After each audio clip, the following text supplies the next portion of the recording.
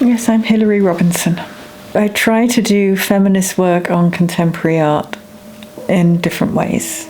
I've taught for many decades. I write.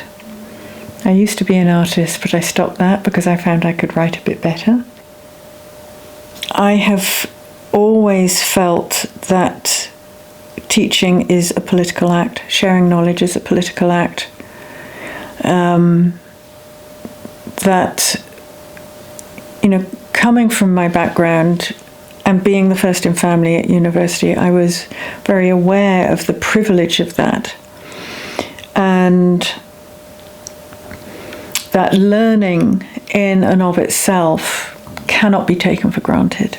I learned from my parents and from my grandparents, actually. Their attitudes to education and the sharing of knowledge and the solidarities that could be built out of that. With my father being a bookbinder, we had some extraordinary books coming through the house that he had been commissioned to bind. And I remember him talking about the age of these books and teaching me that not everybody was able to read.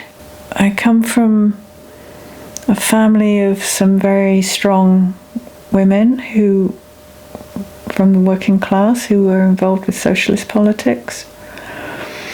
My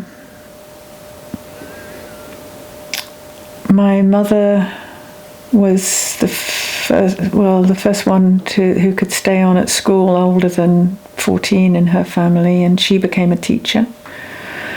And she was active in the Labour Party and in education and so on. And I found out after the fact that, she went to Greenham Common she took, bedding and stuff to Greenham Common, those kinds of movements.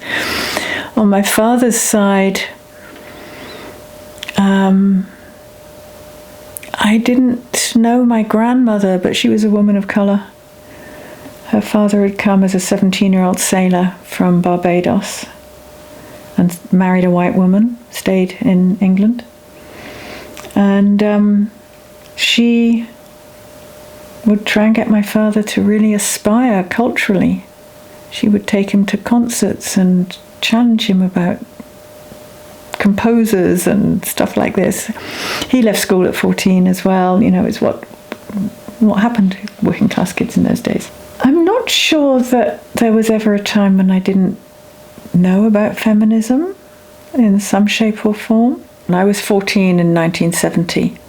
So that was when the first National Women's Liberation Conference was held at Ruskin College, Oxford, which is a trade union college, not the university. And I didn't go to it or know anything about it, but that kind of stuff was going on in Oxford. And so, I had an inkling, and every now and again there was a demonstration on, and I might, if I was in town with my bicycle on a Saturday, I would join in and so on. It was there, left politics of the time. And then I went off to university where I was taught nothing about feminism. My first full-time job was in Belfast, in Northern Ireland. 1992, I moved there. There were still bombs going off. The first ceasefire happened in 1995, but the Good Friday agreement wasn't signed till 1998. So I was there for 6 years of this sort of low-grade civil war. And for the students, it was the first time they'd met each other because the schools are segregated. Protestant, Catholic. I remember Susan Hiller coming as a visiting artist to the school and saying, "Oh my goodness, it's like an American city, except it's not black and white, it's Protestant, Catholic." The neighbourhoods are like that, and the schools are absolutely segregated. And so, I was an incomer. I was blundering around. I was no doubt putting my foot in things. But, how then do you create a learning environment? When there's a bomb that goes off and for a couple of weeks afterwards, about half the students are not coming in because they don't trust each other. how do you begin to bring students together? And I experimented with different ways of pedagogy, with different ways of doing student crits, for example, in the studios. And I don't know if that counts as bringing joy, but it was certainly, trying to make steps towards, okay, here we are, this is what we've got to work with. There's us, there's this environment, there's the art, there's, these ideas. Let's see what we can make of it. Bringing people together is something I've done in different ways, and it is kind of odd reminiscing and looking back over it, because I am in fact a total introvert. I can see you shaking your head. I am an introvert, and I've come to terms with this over a large number of years. I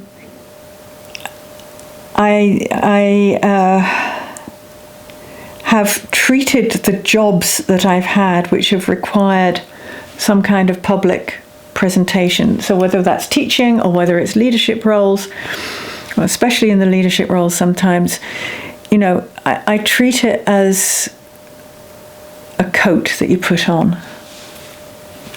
You go and perform it, you go home, you take the coat off. And when I came back from 7 years in America and moved to London, I started work at Middlesex University, and I was appointed Dean of Art and Design there.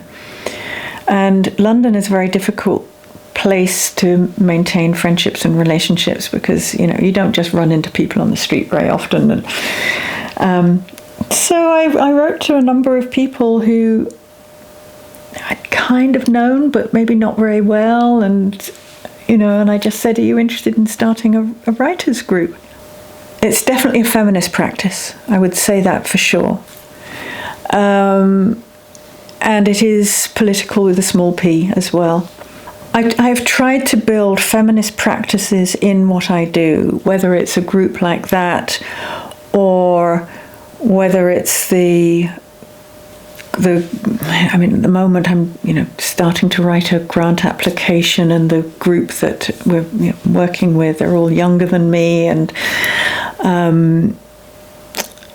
not that that's hard, but how do you then work with a group of people? I don't want to dominate.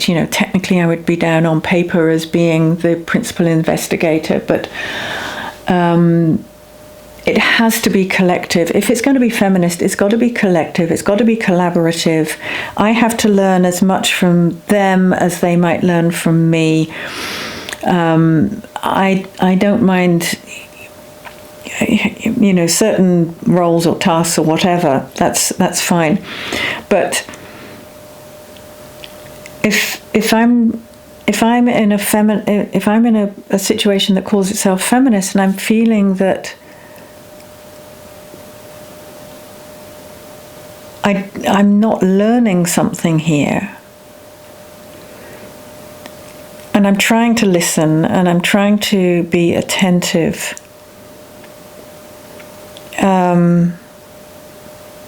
but if I'm not learning something, I think, okay, well, so where is the feminism here? What are we actually giving?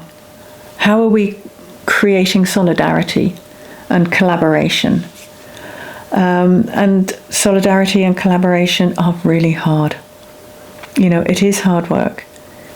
It's looking after what the feminisms of the future might be. I have problems thinking about myself as a leader of any kind. I mean, I've held leadership roles in universities. That is a very weird thing to do, because you can be the only woman in the room. And in America, when I was a dean, I was the only woman in the room for that 5 years of being a dean, and that's a whole other story. But now I'm just older. I'm not better. I'm not a feminist so that we can replicate the power structures and struggles that have given so many problems.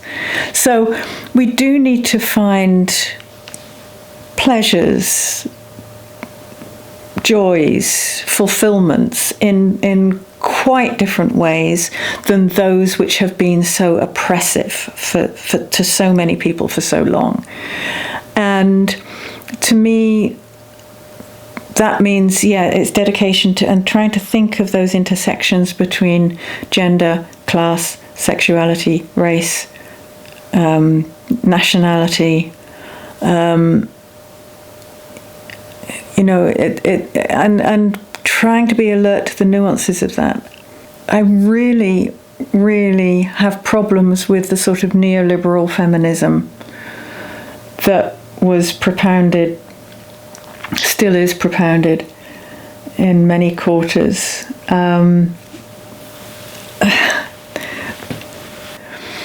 And the neoliberal model wants everybody to buy into a certain kind of definition of success, of ways of working, of, what the power structures are like, what inclusion looks like, and